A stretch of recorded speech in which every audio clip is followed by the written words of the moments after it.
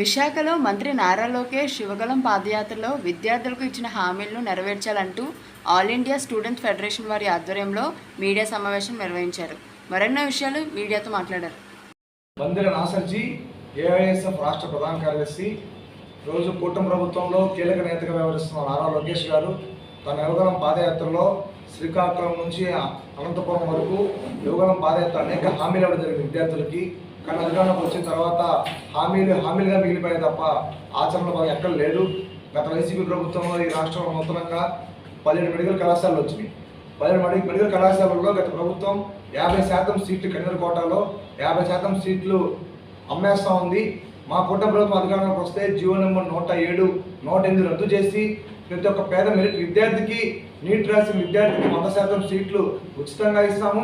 ఆ మెడికల్ కళాశాలను కూడా ప్రభుత్వ రంగ కళాశాల కొనసాగిస్తాం హామీ ఇచ్చారు. కానీ అధికారంలోకి వచ్చిన తర్వాత జీవో నెంబర్ 107, 108 ప్రస్తావన లేదు. అది కాకుండా కనీసం గత ప్రభుత్వం 50% సీట్లు అని ఇచ్చింది.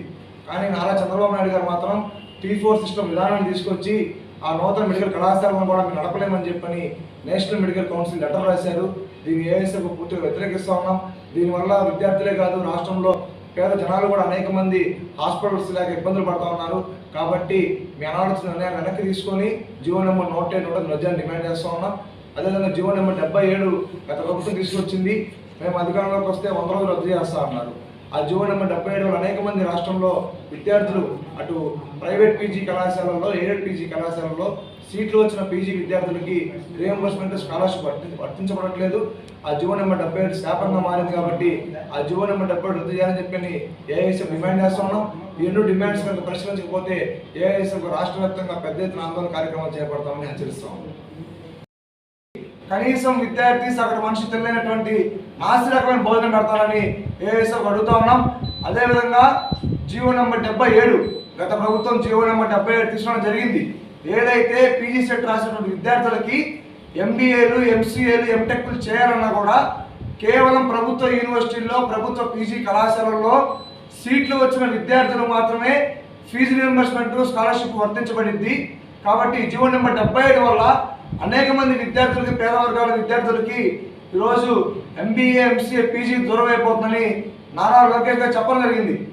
ఒకే 100 రోజుల్లో నాకు టైం ఇవ్వండి, అధికారంలోకి వచ్చిన వెంటనే ప్రధానంగా ఈ జీవో నెంబర్ 77 రద్దు చేసి పూర్తి స్థాయిలో పేద వర్గాల విద్యార్థులకి పీజీని అందిస్తున్నారు.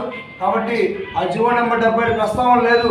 అసెంబ్లీ సమావేశాల్లో, కౌన్సిల్ సమావేశాల్లో ఆ పార్టీ ఈ పార్టీ అనుకోవడం తప్ప విద్యారంగ సమస్యల మీద కనీసం ఒక స్పష్టమైన వైఖరిని వాళ్ళు ప్రవర్తించడం లేదు. కాబట్టి మరొక సూటి ఒకే ప్రశ్న అడుగుతూ ఉన్నాం. మీరు చేతిలో పట్టుకొని తిరుగుతున్న 2 బుక్లో కూడా ఈ రాష్ట్ర విద్యార్థులు ఉన్నారా అని చెప్పి అడుగుతూ ఉన్నాం. ఎందుకంటే విద్యార్థులు ఒక పక్క వెటనరీ విద్యార్థులు రోడ్డు మీదకి వచ్చారు స్టైఫండ్ ఇవ్వమని, వాళ్ళని అరెస్టులు చేపిస్తూ ఉన్నారు. ఒక పక్క అనేక మంది విద్యార్థులు రోడ్డు మీద ఎక్కుతూ ఉన్నారు. కానీ వాళ్ళ సమస్యలు పట్టించుకోలేదు. వారి పట్ల పూర్తిగా కక్షపూరితంగా మీరు వ్యవహరిస్తూ ఉన్నారు. కాబట్టి మీ రెడ్ బుక్లో కూడా ఈ విద్యార్థులకు ఉన్నారని చెప్పని అడుగుతా ఉన్నాం. ఈ రాష్ట్రంలో నాకు అవకాశం ఇవ్వండి, నా అంత సీనియర్ ముఖ్యమంత్రి దేశంలోనే ఎవరు లేరు, సంపద సృష్టిని సంక్షేమం ఇస్తా అన్నారు. ఈరోజు సూపర్ 6 హామీలు ఇచ్చారు. సూపర్ 6 హామీలు అడుగుతుంటే ఎమ్మెల్యేలు వాళ్ళంతా మినిస్టర్లు స్కిట్లు వేసుకుంటున్నారు తప్ప సూపర్ 6 ఒక ప్రస్తావన లేదు. కాబట్టి ఏఐఎస్ఎఫ్గా తెలియజేస్తా ఉన్నాం. ఈ రాష్ట్రం అనేక విద్యారంగ సమస్యలు ఉన్నాయి. ఆ సమస్యల్ని మేము పోరాడతాం. ఆ సమస్యల మీద ప్రధానంగా మీరు చేస్తున్న విద్యార్థులకి మోసపూరిత వైఖరిని విద్యార్థుల వద్ద ప్రతి ఒక్క విద్యార్థి తీసుకువెళ్ళి ఆల్ ఇండియా స్టూడెంట్ ఫెడరేషన్గా భవిష్యత్తులో పెద్ద ఎత్తున రాష్ట్రంలో ఆందోళన కార్యక్రమాలు శ్రీకారం చుడతామని హెచ్చరిస్తా ఉన్నాం.